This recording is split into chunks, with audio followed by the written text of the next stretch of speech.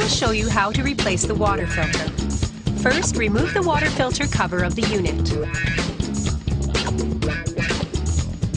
Next, turn the water filter holder knob clockwise about 40 degrees and lift the water filter to take out.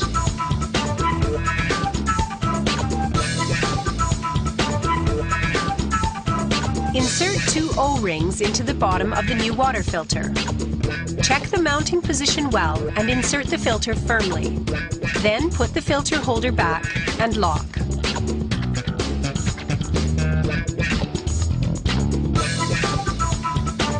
Press the reset button of the water filter.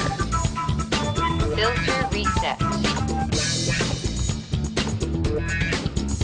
Replace the water filter cover. While the power button is turned off, run the water for 3 minutes to adapt the filter to water.